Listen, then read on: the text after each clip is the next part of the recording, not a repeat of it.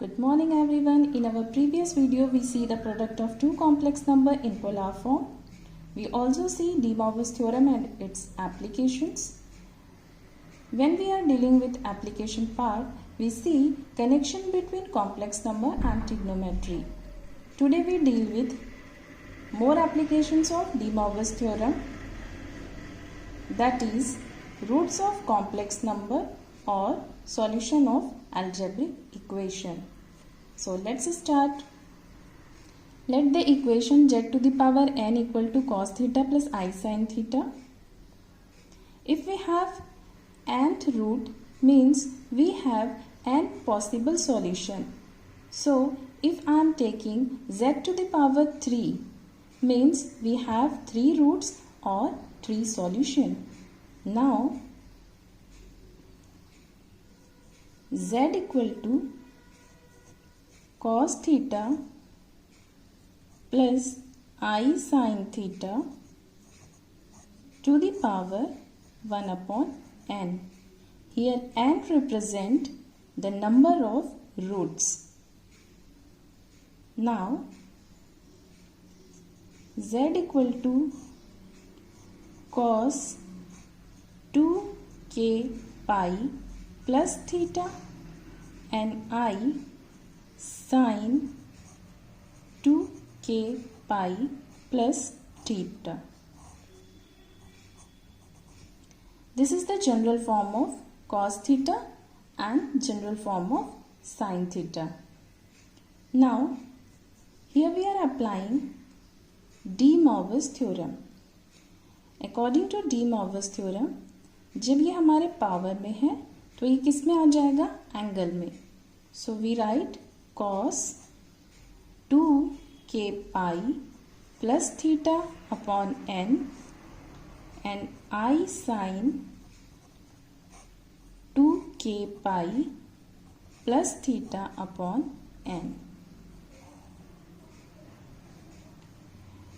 Here k is integer and the value of k is 0, 1, 2 and n minus 1. Suppose we want to find all the root of this algebraic equation x to the power 5 plus 1 equal to 0.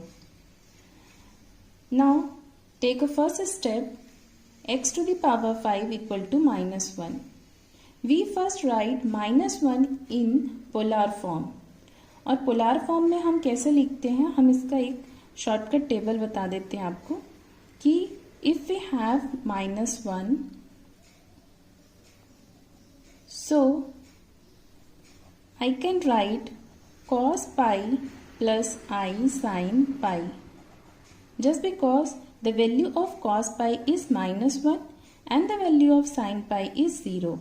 That means we represent minus 1 in polar form as cos pi plus I sin pi. इसको और भी shortcut में हम ऐसा लिख सकते हैं. cos के लिए हमने नोटेशन यूज किया है c, I एंड s के लिए हमने लिखा है यहाँ पे sin के लिए s एंड pi. तो हमें शॉर्टकट में से सिस पाई भी बोलते हैं. सिमिलरली 1 को अगर पोलार फॉर्म पे हमें लिखना है तो हम कैसे लिखेंगे? तो 1 के लिए हम यूज करेंगे cos 0 plus I sin 0, just because the value of cos 0 is 1 and sin 0 is 0. So we can write cis 0. If I want to replace I in polar form, so I am using cos pi by 2 plus I sin pi by 2. This is cis pi by 2. And similarly minus I, so cos minus pi by 2 plus I sin minus pi by 2 equal to cis minus pi by 2. Because cos minus theta is cos theta and sin minus theta is minus sin theta. तो हम -1 को सिस पाई लिख सकते हैं, 1 को सिस 0 लिख सकते हैं, I को सिस π/2 लिख सकते हैं एंड -I को सिस -π/2 लिख सकते हैं। तो ये हमारा पोलर फॉर्म पे रिप्रेजेंटेशन है। This is our first step. अब इसके बाद हम पोलर फॉर्म पे जैसे ही रिप्रेजेंट करेंगे, तो पोलर फॉर्म के बाद हमें सेकेंड स्टेप में क्या करना है, इनका जनरलाइज वे पुटअप करना है। तो पहले हम इसको पोलर फॉर्म पे पुटअप करते हैं। x⁵ -1 की प्लेस पे हमें लिखना है यहाँ पे cos pi plus I sin pi. Step 3,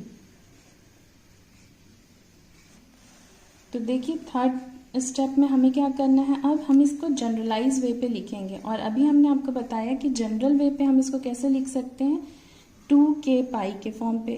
तो x⁵ इक्वल टू हम यहाँ पे लिखेंगे cos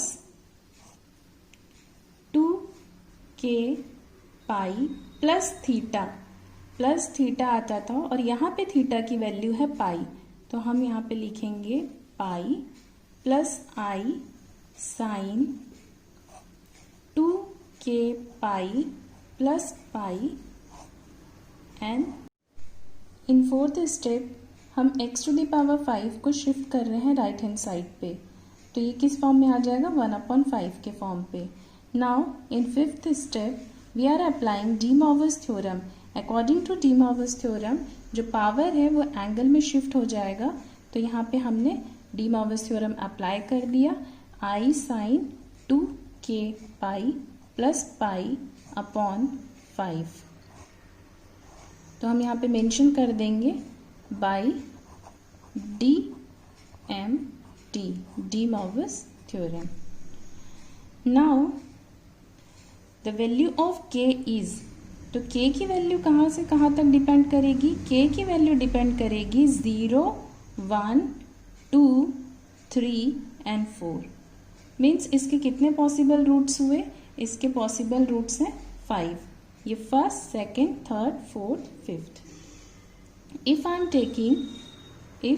taking k equal to 0, तो हमें जो फर्स्ट रूट मिलेगा उसको हम डिनोट कर रहे हैं x1 से। तो x1 इक्वल टू क्या होगा, हम यहाँ पे k की वैल्यू 0 पुटअप करते हैं, 0 से ये टर्म 0 हो गया, पाई अपॉन 5। तो हम यहाँ पे लिखेंगे cos pi upon 5 plus I sine pi upon 5, और इसको शॉर्टकट में हम लिख सकते हैं cis pi upon 5। Similarly if I am taking k equal to 1, so x2 equal to cos 3 pi upon 5 plus I sin 3 pi upon 5, और इसे हम सिस 3 pi upon 5 भी लिख सकते हैं।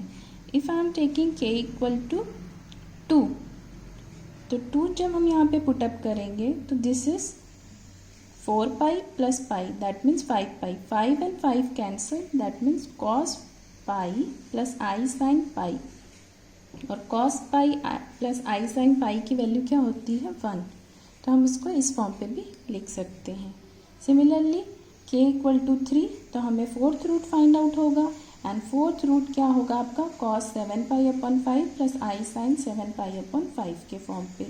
And last fifth root is k equal to 4, so fifth root is cos 9 pi upon 5 plus I sine 9 pi upon 5, या इसे हम मेंशन कर सकते हैं सिस 9 पाई अपॉन 5 के फॉर्म पे। तो आई होप आपको ये क्लियर हुआ होगा। These are the 5 roots of this algebraic equations. तो हमें सबसे पहले अब हम आपको एक बार रिकॉल करवा देते हैं कि इसमें क्या करना है प्रोसीजर। आपको जो भी आपको अलजेब्रिक इक्वेशंस दिया होगा उसमें अलजेब्रिक इक्वेशंस के आप पावर को चेक करेंगे। जो भी इसकी पावर होगी नंबर ऑफ रूट्स उतने ही आने वाले हैं। दैट मीन्स यहाँ पे हमें नंबर ऑफ रूट्स कितने मिलेंगे, 5 मिलेंगे। और फिर हमें क्या स्टार्ट करना है, फर्स्ट स्टेप। फर्स्ट स्टेप में आप शिफ्ट कर देंगे जो भी आपका टर्म था and then we write -1 in polar form. हम इसको पोलर फॉर्म पे डिनोट करेंगे।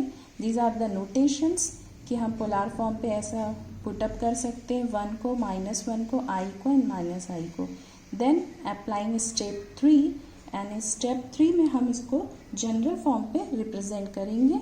जनरल फॉर्म के बाद हम x⁵ को शिफ्ट कर देंगे राइट हैंड साइड पे, क्योंकि यही हमें बताता है कि नंबर ऑफ रूट्स कितने हैं आपके यहाँ पे, 5 नंबर ऑफ रूट्स आने वाले हैं।